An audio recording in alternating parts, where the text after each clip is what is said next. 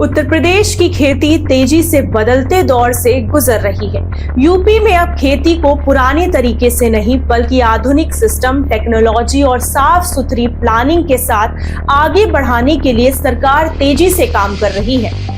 सोमवार को लखनऊ में हुई उच्च स्तरीय बैठक में उत्तर प्रदेश बीज नीति 2025-26 को लेकर बताया गया है कि कृषि को लेकर पूरा फोकस खेत के रकबे पर नहीं बल्कि प्रति हेक्टेयर उत्पादन बढ़ाने पर होना चाहिए, ताकि किसान कम जमीन में ज्यादा और बेहतर फसल पैदा कर सके। तभी उसकी आय स्थिर और सुरक्षित रह पाएगी।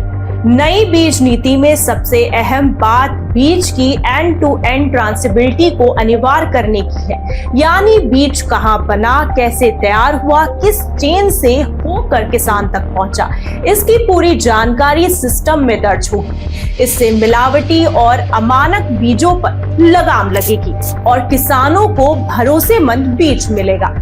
बैठक में इस बात पर भी जोर दिया गया कि नकली बीज बेचने वालों के खिलाफ सख्त कार्यवाही की जाएगी, ताकि किसान का पैसा और मेहनत दोनों सुरक्षित रहे। कृषि विश्वविद्यालय, ICAR, उपकार निजी इंडस्ट्री और प्रगतिशील किसान और कृषि विज्ञान केंद्र सभी को एक ही प्लेटफॉर्म पर जोड़कर बीज रिसर्च, इनोवेशन और नई किस्मों की रिलीज प्रक्रिया को तेज करने की बात कही गई है, ताकि लैब से खेत तक का सफर कम समय में पूरा हो सके।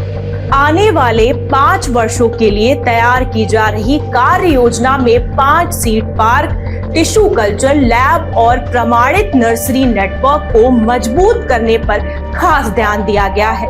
इसका मकसद ये है कि दलहन, तिलहन, मोटे अनाज और बागवानी फसलों के लिए अच्छी क्वालिटी का बीज आसानी से और समय पर उपलब्ध हो। साथ ही ट्यूब वेलों के सौर ऊर्जीकरण को तेज करने के निर्देश भी दिए गए हैं, जिससे किसानों की बिजली पर निर्भरता कम हो और खेती की लागत घटे। ये पूरा सिस्टम खेती को ज्यादा टिकाऊ और लॉन्ग टर्म बनाने की दिशा में देखा जा रहा है।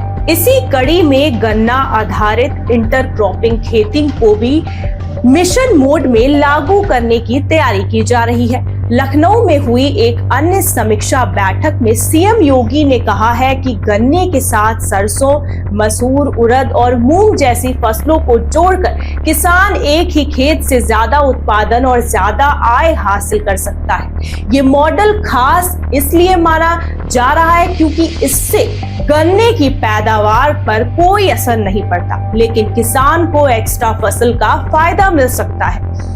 कम लागत, बेहतर उपयोग और रिस्क मैनेजमेंट तीनों चीजें एक साथ इस सिस्टम में शामिल है।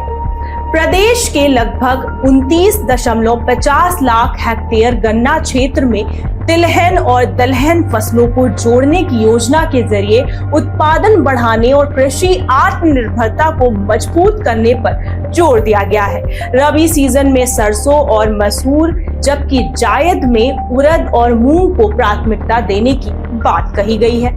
इससे किसानों को साल भर खेत से कुछ न कुछ आय मिलती रहेगी और खेती सिर्फ एक फसल पर निर्भर नहीं रहेगी। इस मॉडल से किसानों को मौसम और बाजार के उतार चढ़ाव से भी कुछ हद तक सुरक्षा मिलती है। बैठक में ये भी कहा गया कि कृषि विश्वविद्यालय और कृषि विज्ञान केंद्र मिलकर वैज्ञानिक आधार पर इंटरक्रॉप का चयन करेंगे। साल दर साल का रोड मैप तैयार होगा और सहायता पर अनुदान का ढांचा साफ और आसान रखा जाएगा।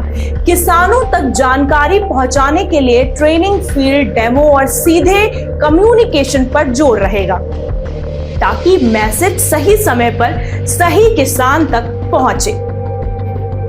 फिलहाल आज के लिए इतना ही, फिर मिलते हैं अगली रिपोर्ट के साथ।